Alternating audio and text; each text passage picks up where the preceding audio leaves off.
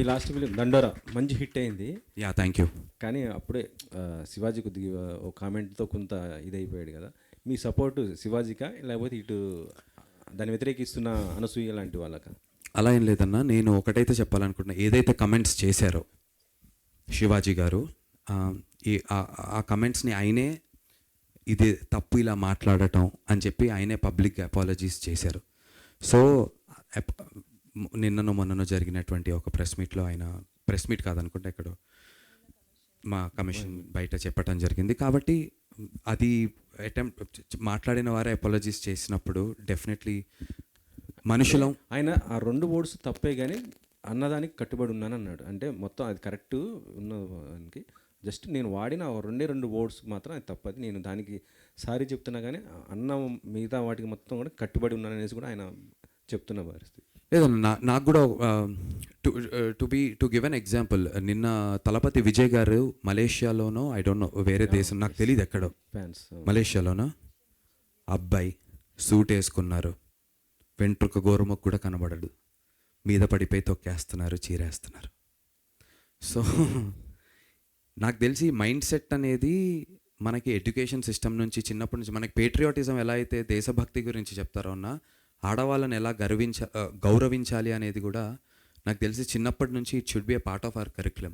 Not just for the boys but also గర్ల్స్కి. ఇంకేదైనా విషయంలో నాకు తెలియదు అది ఏంటనేది, నాకున్నటువంటి దీనికైతే తెలియదు. బట్ ఇలాంటి విషయాలు ఏదో ఒక ప్రెస్ మీట్లోనో ఒక సెలబ్రిటీయో ఆర్ ఇంకొక సెలబ్రిటీయో వీళ్ళు ఒక ఒపీనియన్ చెప్పి వాళ్ళు ఒక ఒపీనియన్ చెప్పి దాని గురించి జరిగి ఒక డిస్కషన్ వారం రోజులు సోషల్ మీడియాలో హైప్ అయ్యి దాని కింద కమెంట్లు కొట్టుకొని సరదాగా టైంపాస్ కంటే కూడా it's a very serious thing that we all got to respect women. ఒక్కొక్కరికి ఒక్కొక్క పర్స్పెక్టివ్ ఉంటుంది. ఇప్పుడు శివాజీ గారు చెప్పిన దాంట్లో తప్పు గురించి మాట్లాడామనుకోండి అన్న, ఫర్ ఎగ్జాంపుల్ ఆయన చెప్పినటువంటి ఏదైతే ఒక విషయం ఉందో దానిని బ్యాక్ చేస్తున్నటువంటి ఎగ్జాంపుల్స్ కూడా చాలా ఉన్నాయి. అనసూయ గారు, ఝాన్సీ గారు వీళ్ళు చెప్పినటువంటి విషయం ఏదైతే ఉందో దాన్ని బ్యాక్ చేస్తున్నటువంటి ఎగ్జాంపుల్స్ కూడా చాలా ఉన్నాయి. డెఫినెట్లీ ఉన్నాయి. ఎక్కువ ఎగ్జాంపుల్స్ డెఫినెట్లీ ప్రాబిలిటీస్ ఇటుపక్క ఎక్కువ ఉండుంటాయి ఉమెన్ చెప్తున్న దాని పట్ల. Definitely I agree and I stand by the women.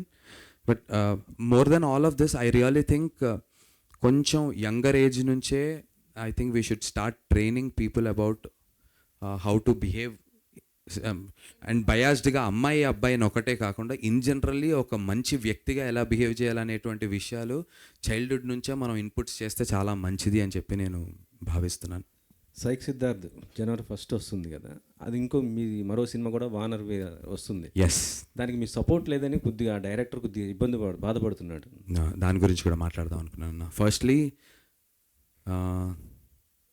నాకు మొన్న ఒక జర్నలిస్ట్ ఫ్రెండ్ చెప్తున్నారు, 36 years ఆఫ్ ఫిలిం, 36 ఏళ్ళ చలనచిత్ర పరిశ్రమలోన, తెలుగు చలనచిత్ర పరిశ్రమలో what ever, after a very long time అన్న, 36 ఏళ్లలో, గత 36 ఏళ్లలో ఒక నటుడికి ఒకటే రోజు హీరోగా ఒక సినిమా, అదే రోజు మెయిన్ విలన్గా ఒక సినిమా విడుదలైంది కేవలం మోహన్ బాబు గారికి మాత్రమే కుదిరిందట. అలాంటి ఒక సిచ్యువేషన్, అలాంటి అదృష్టమైనటువంటి ఒక సిచ్యువేషన్గా నేను భావిస్తున్నాను. నాకు కుదిరింది. సైక్ సిద్ధార్థ Jan 1 రిలీజ్ అవుతుంది హీరోగా. అదే రోజు వనవీర అనేటువంటి సినిమా రిలీజ్ అవుతుంది. యాక్చువల్లీ ఇంతకుముందు వానర టైటిల్, ఇప్పుడు వనవీర అని చెప్పి మార్చారు. అదే రోజు రిలీజ్ అవుతుంది.